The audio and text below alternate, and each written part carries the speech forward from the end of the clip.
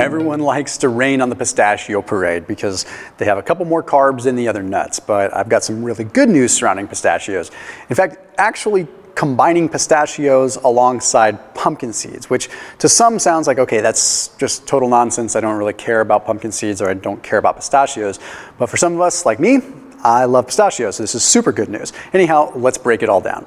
So the main thing that I want to talk about in the pistachio front is some pretty cool stuff. So it turns out that some of the fats that are in pistachios remain trapped in the cell wall. So when you consume pistachios, there's a good chance that you're not absorbing all of the fat in a pistachio to begin with, which means that the already low-calorie nut, relatively speaking, might be even lower calorie. So when you look at pistachios, there's about 155 calories per 1 ounce serving. That's a good chunk less, like 10-15% less than a lot of the other nuts. It's one of the lowest calorie nuts that is out there. That, coupled with it being one of the highest protein nuts that is out there, is a huge bang for the buck when it comes down to just overall nutritional value. So people look at pistachios and they say, okay, there's like 8 or 9 grams of carbohydrates in a serving, but there's usually a few grams of fiber too. So your net carb impact isn't all that high. I still try to look at the basics, right? If I'm going to indulge in nuts, it is a pretty significant caloric load and a pretty significant fat load, usually from fats that I don't really want to be loading up a ton on. Okay, you have some unstable polyunsaturated fats, so a good amount of monounsaturated fats that are okay, but you're really not getting the best kind of fats. So if you take a nut that is slightly lower fat, but you're still getting the crunch and the satisfaction from, you're in a pretty good spot. So having a nut that has lower calories, plus has the unique effect of the fat not fully assimilating, means that your actual absorption of the fat and calories could be pretty darn low.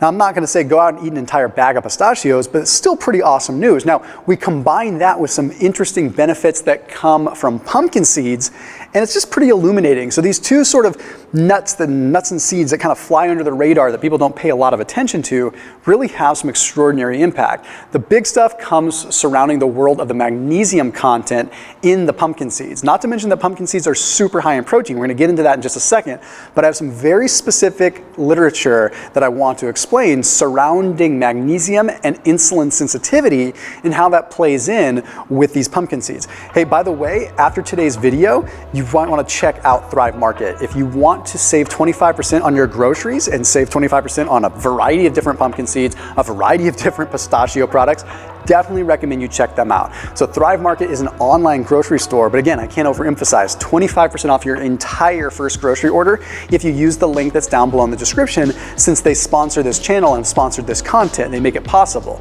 So that link is down below, so you do your entire grocery order and then save 25% off of it, plus get a free gift when you use the link down below. So it's pretty simple. You literally go into Thrive, you type it. If you were to type in pistachios or you were to type in pumpkin seeds, you'd see a plethora of different options. Pistachio butters, pumpkin seed butters, pistachio nuts, different flavored, I mean, they have all of it when it comes down to the better for you options. So it just makes it really fun, and then it just gets delivered to your doorstep. So check them out down below in the description. Now let's talk benefits of pumpkin seeds for just a second. This is wild. First of all, half of the fat that's coming out of a pumpkin seed is going to be an omega-3. Now, that does not mean that you're getting this huge like membrane fluidity benefit. You're not getting the huge brain benefits from the omega-3, but what you are getting is the absence of more omega-6s. When you get omega-3s from plant sources, I don't want to like blow smoke, right? Like, you're not going to get the same effect as if you were to get it from, say, krill oil or from salmon or from some kind of good fatty fish. It's just not the same, okay? It has to be converted, it has a fermentation process. It's that you absorb and utilize like 1 to 3% of the omega-3s. But what is cool is when you have those omega-3s present, that means that there's less omega-6s, right? You only have so much availability, and if half of the fats are omega-3s, that means that less are omega-6s. So that's a huge benefit there. Then, of course, the amino acid profile is very complete. It has all 9 essential amino acids and 7 grams of protein in a serving. But let's get into the interesting stuff.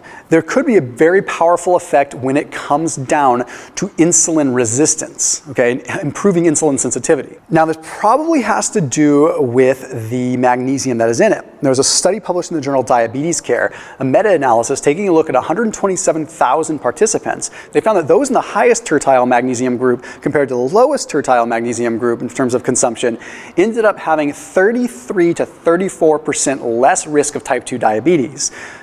This is really pretty cool stuff, but what's the mechanism? Well, simply put, it's improving insulin sensitivity. It improves the ability of the cell to receive a response from insulin. Now, there was another study that was published in the journal Diabetes Care that took a little bit more of a look at the mechanism here, because I'm a really mechanistic guy. I like to understand what's happening. And it turns out that when you consume magnesium, or when magnesium is present, it helps what is called the autophosphorylation of what is called a beta subunit. It's a component of the cell. So that beta subunit is going to make it so that the insulin receptor, it's a beta subunit of an insulin receptor, has a stronger affinity for insulin. For lack of a better term, it makes that cell have a stronger love for insulin, which means when the insulin is released after consuming carbohydrates, that cell is more likely to receive that signal and is more likely to open up and let glucose in. Hence why there was less of a risk with type 2 diabetes in people that had adequate amounts of magnesium. Now, there are a number of other studies, a lot of them published in the journal Diabetes Care actually, that take a look at magnesium's relationship there. But when you look at pumpkin seeds, they are so extraordinarily rich in magnesium, you can kind of jump to conclusions a little bit and make this hypothesis, right? But you combine that with the protein content, and then you combine that with the benefit of pistachios, which, by the way, there was a study in the European Journal of Clinical Nutrition that found that 2 ounces of pistachios along with a high-carb meal attenuated the glycemic response by 20 to 30%. Okay, so you have 2 very powerful bang-for-the-buck protein-rich nuts/seeds that also have a tremendous impact on how our body processes carbohydrates.